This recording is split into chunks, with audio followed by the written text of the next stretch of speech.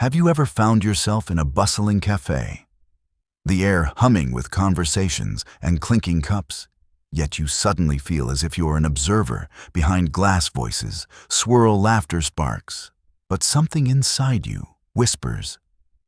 This scene isn't the whole story? It's as though a deeper frequency exists just beneath the chatter, calling you to step outside and listen. That pull toward stillness can feel alien, almost rebellious, in a world that equates constant connection with happiness. But what if that instinct isn't antisocial at all? What if it's an invitation to discover a truth most people never notice, that some rooms are loud, precisely because they're empty of meaning? You're watching Mind See, where the mind learns to see. Picture yourself leaving that cafe. Not storming out, just drifting away, coat slung over your arm, guided by the quiet certainty that something richer waits beyond small talk. If that scene feels familiar, you're already walking in the footsteps of Arthur Schopenhauer, the 19th century thinker who insisted that solitude isn't a defect of the intelligent mind, but its natural climate.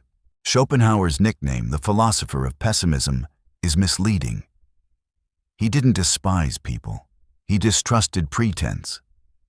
To him, much of social life resembled a masquerade where everyone performs cleverness while hiding confusion. The sharper your perception, the more obvious the masks become, and the harder they are to overlook.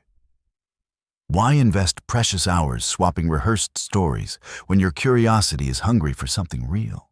The less a man sees, Schopenhauer wrote, the more at home he feels amid appearances. Flip that around, and you have his core claim: the clearer your vision, the more restless you feel inside shallow conversation. It's not contempt, it's physics. Intelligence pulls you toward depth the way gravity pulls a stone toward earth. Polite chatter stalls that descent. You sense time slipping away, and with it the chance to explore questions that actually matter. What is consciousness? Why does suffering exist? How should one spend a single finite life? Schopenhauer believed most gatherings are powered less by affection than by ego, by the craving to appear witty, successful, desirable. For someone attuned to inner life, that craving sounds like static. Imagine trying to hear a faint violin while a radio blares advertisements. Eventually, you walk out. Not because you hate music, but because you love it too much to let noise drown it. Now, stepping back doesn't mean cutting every tie. Genuine connection, rare, unguarded soul level, is precious. But the German philosopher argued that such moments bloom most easily outside the theater of public opinion. When two minds meet without scripts, conversation feels more like co-discovery than competition. Until that happens, solitude often feels saner than company. Have you ever sat through a dinner party and suddenly realized you could predict the next 5 sentences around the table? The jokes, the humble brags, even the complaints unfold like a rerun. That flash of déjà vu isn't cynicism, it's recognition. You're seeing the code in the social software. And once you glimpse the code, it's almost impossible to unsee. Here's the subtle distinction Schopenhauer makes. Loneliness is a deficit. Solitude is a choice. Loneliness says I'm missing something out there. Solitude says I've found something in here. When you sit alone with a book, a notebook, or just your thoughts, you're not deprived. You're investing attention where it yields compound interest. The philosopher lived his words.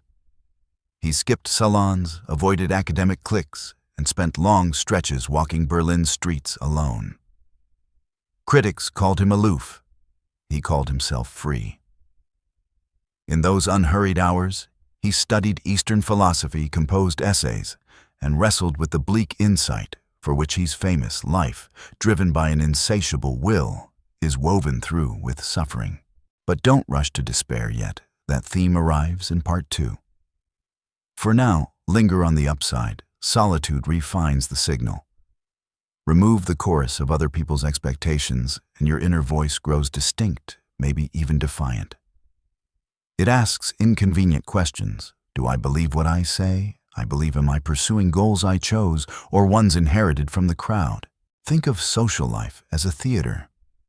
Everyone wears a costume: the successful entrepreneur, the charming storyteller, the empathetic listener. Costumes aren't inherently bad. We all need roles to coordinate daily existence. Trouble starts when the role devours the actor. The more intelligent you are, the quicker you sense that danger, because you can track the distance between your private perceptions and your public persona. If the gap widens too far, integrity rattles like a loose tooth, impossible to ignore. Schopenhauer saw most people clinging to their parts as if the curtain would never fall. Yet the intelligent observer notices stage lights, painted backdrops, and exit doors. Once you recognize the set design continuing, the act feels dishonest. Walking off stage isn't arrogance, it's intellectual hygiene. Of course, society rarely applauds a disappearing act. Friends might label you shy, aloof, even depressed. Modern culture equates constant availability with mental health. But consider this: the average person today consumes more social input in a morning scroll than an 18th century villager encountered in a month. If attention is nutrition, we are overfed and undernourished. Schopenhauer's razor cuts clean if a conversation circles trivia.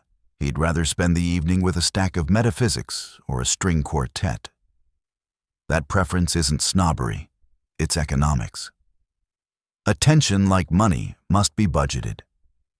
Spend it on gossip and you're broke when a profound idea walks by. Spend it on silence and you might afford insight. Take a moment. When was your last truly silent hour? No podcast, no pings, no background television. Just you and your unedited thoughts. If that prospect feels unsettling, Schopenhauer would smile knowingly. He believed many flee solitude because in quiet the mind stops dodging itself. But if you endure the first uneasy minutes, something remarkable happens. Thoughts arrange themselves like sediment settling in clear water. Clarity emerges. You may have experienced the theater effect mid-conversation, one foot still in the dialogue, and the other already inching toward the door. That tension signals awakening. Schopenhauer warns that awakening often carries a price: misunderstanding, isolation, the awkwardness of not quite fitting the shape society provides. Yet he also insists the reward is priceless, a life aligned with reality, not ruled by performance. So the next time you feel guilty for skipping a networking event, remember this argument. Rejecting superficial gatherings isn't a flaw in intelligence. It's evidence of it. Just as a fine-tuned instrument cannot bear dissonance, a fine-tuned mind recoils from empty talk.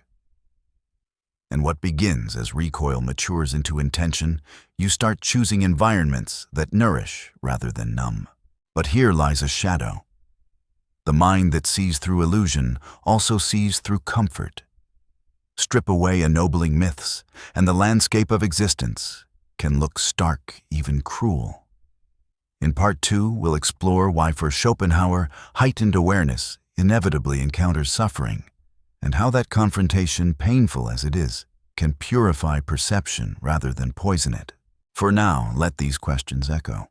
Am I performing or am I present? Is my calendar filled by choice or by habit? What music might I hear if I turn down the volume of the crowd? If those questions ignite a spark, keep it alive. Step outside the room. Listen. Solitude isn't a sentence. It's an invitation, one the intelligent have been accepting for centuries. Let's walk deeper into the silence now, of the kind Schopenhauer didn't just experience, but elevated to philosophy. Because solitude, while sacred, doesn't come without shadows. And for those who begin to see life with clarity, suffering is rarely far behind. Why is that? Schopenhauer believed the human condition is defined by a restless blind force he called the will, an endless striving that pulses beneath all existence. It's not a rational or noble drive. It doesn't aim for wisdom, peace, or virtue. It simply wants. And the tragedy, he argued, is that it always wants. You reach a goal only to discover another craving waiting behind it. You fall in love only to feel restlessness when novelty fades. You escape boredom only to return to it later. This cycle, according to Schopenhauer, isn't a glitch. It's the system. Now, most people don't notice this. They're too caught up in the chase to step back and see the pattern. But the intelligent person, the one inclined to reflect, to question, eventually sees the loop for what it is, an illusion of progress, masking the permanence of lack. Here's where it gets heavy. Once you understand this cycle, you can't unknow it. You begin to notice the futility woven into even the most celebrated pursuits. That doesn't mean joy disappears, but it does mean joy is no longer your compass. Truth is, and truth, Schopenhauer insists, is often bleak. This awareness is what binds intelligence to suffering. The mind that sees deeper also sees darker. To live is to suffer, he echoed from ancient Buddhist texts. To survive is to find some meaning in the suffering. But unlike other thinkers who tried to paint suffering as redemptive or purposeful, Schopenhauer didn't sugarcoat. He placed suffering at the very center of consciousness. And instead of running from it, he turned toward it, studied it, even respected it. If that sounds grim, pause and consider, is it more tragic to suffer in ignorance or to suffer with understanding? To the philosopher, wisdom isn't the absence of pain, it's the ability to endure it without illusion. And for the intelligent mind, that endurance often begins in solitude. Have you ever felt a kind of sadness that wasn't linked to any single event? A heaviness that hovered in the background, not urgent, but unshakable. That's not always a flaw in your emotional system. Sometimes it's a signal that your perception has expanded. You see that everything changes, that people age, that love fades, that even the most vibrant experiences end. And with that realization comes a quiet grief, not for anything lost, but for the fragility of everything. That, Schopenhauer would argue, is what it means to be awake. It's the grief of knowing that life is beautiful and brief, that pleasure is real but fleeting, that no amount of effort can secure permanent satisfaction. And once your mind opens to that level of reality, the comforts others cling to may start to feel hollow. This is why many highly intelligent people seem melancholic, even when life appears to be going well. They aren't simply reacting to their own disappointments. They're feeling the weight of existence itself. And yet, in that burden lies something noble. Because suffering, when seen clearly, can strip away vanity, triviality, and all the noise that distracts us from what matters. It can make us more honest, more awake, more human. But here's the turn Schopenhauer makes that few expect. He doesn't leave us in despair. He believed that once we understand the nature of the will, that endless, unsatisfiable hunger, we gain the power to disengage from it, not by force, not through denial, but through detachment. You begin to say no not to life itself, but to the illusions life sells you. No to the belief that success will complete you. No to the idea that more is always better. No to the pressure to chase admiration, perform happiness, or accumulate endlessly. Instead, Schopenhauer suggests we begin to live more simply, more inwardly. We stop measuring meaning by external milestones. We start seeking inner stillness instead of external praise. Think of a candle flickering in a dark room. At first, the shadows dance and distract you. But the longer you sit with the flame, the more you realize the light was always there. You just needed to be still enough to see it. This is what detaching from the will looks like. You don't numb yourself to life. You deepen your relationship with it by no longer expecting it to save you. Here's a radical thought from Schopenhauer. Suffering isn't a punishment. It's a purification. It burns away illusions. It reveals what can't be shaken: your values, your voice, your real self, beneath all the roles you play. Think of gold in fire. It's not destroyed. It's made real. That's how Schopenhauer saw the intelligent person's suffering, not as a tragedy, but as a kind of forging. You don't emerge from it bitter. You emerge honest. You don't see less beauty, you see more precisely, because you no longer demand permanence from it. You begin to appreciate moments, not outcomes. presence, not possession. That shift changes everything. You may still feel sadness, but it's no longer hopeless. It's grounded. You're not drowning in the ocean, you're floating on it, seeing its vastness with clear eyes. Schopenhauer didn't romanticize detachment. It's hard. It means stepping away from the social rituals that once defined you. It means feeling alone, misunderstood, even invisible for long stretches of time. But to him, that sacrifice was the price of truth. And truth once earned offers something society can't: integrity. A way of being in the world that isn't about winning approval, but about living aligned.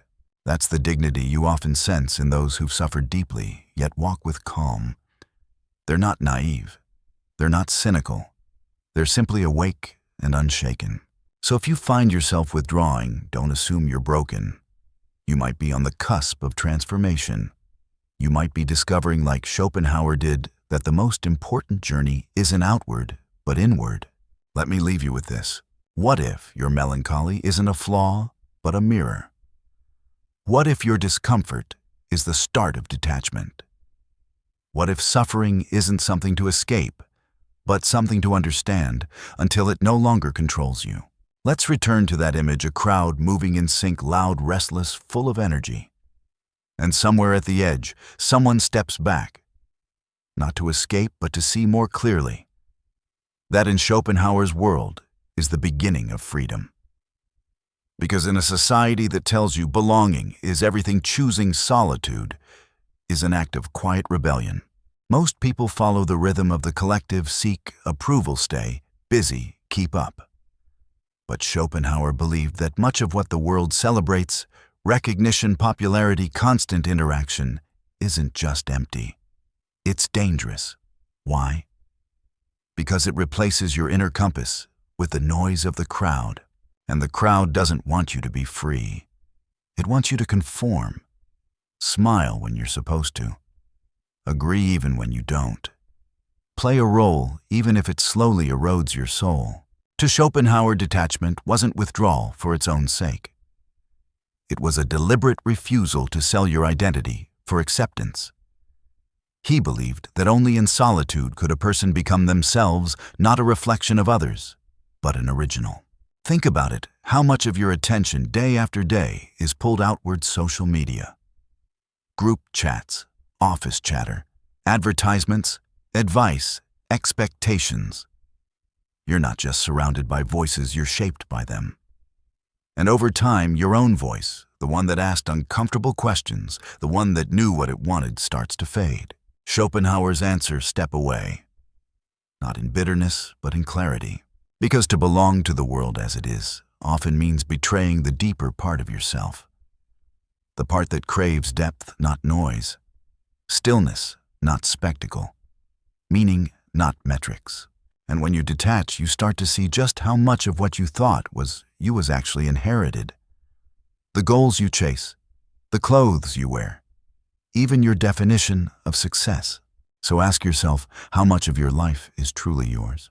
Let's be clear. Detachment isn't apathy.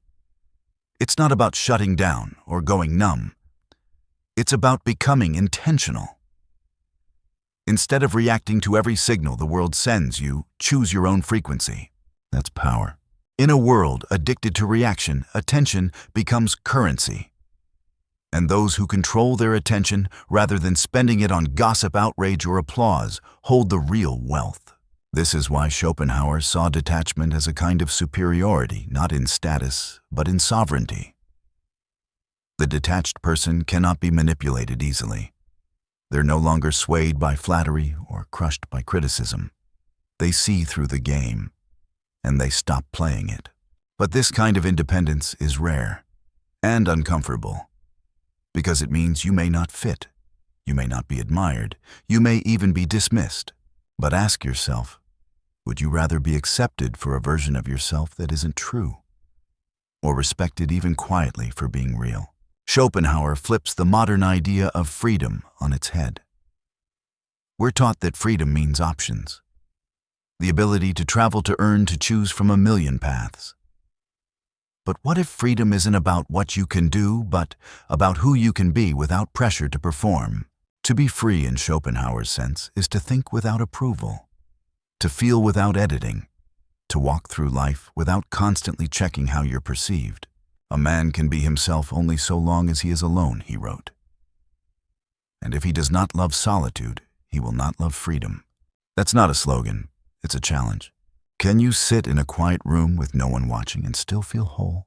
If not, the world might have convinced you that you only matter when you're visible, that you only exist when you're applauded. But that's not freedom. That's dependence dressed up as success. Schopenhauer believed solitude wasn't just a luxury, it was sacred. Because in solitude, something rare happens. Your mind stops performing and starts listening. You begin to hear ideas that aren't recycled, emotions that aren't filtered, and truths that weren't possible when your attention was always divided. Solitude becomes a mirror. And yes, it's an honest one. It reflects back the griefs you've buried, the dreams you've postponed, the fears you've numbed with distraction. But that's exactly why it's necessary. Only by confronting those parts of yourself can you begin the work of becoming whole. Not polished, not perfect, but integrated. And when you do that work, you start to experience a different kind of strength, not loud or flashy, but grounded. The kind of presence that doesn't need to prove anything because it already knows who it is. This is why so many thinkers, artists, and mystics throughout history chose solitude. Not because they couldn't function in the world, but because they wanted to understand it. And they knew you can't hear the deep music of life when you're always surrounded by noise. Here's the beauty of Schopenhauer's vision. Solitude isn't forever. You withdraw, yes, but you don't stay gone. You return with new eyes. You engage with people again, but no longer need their approval. You participate in the world, but no longer lose yourself in it. You speak more carefully, listen more deeply, and react less impulsively. You're still in the play, but now you know it's a play. That's the transformation solitude makes possible. It doesn't isolate you, it recenters you. It restores your ability to choose.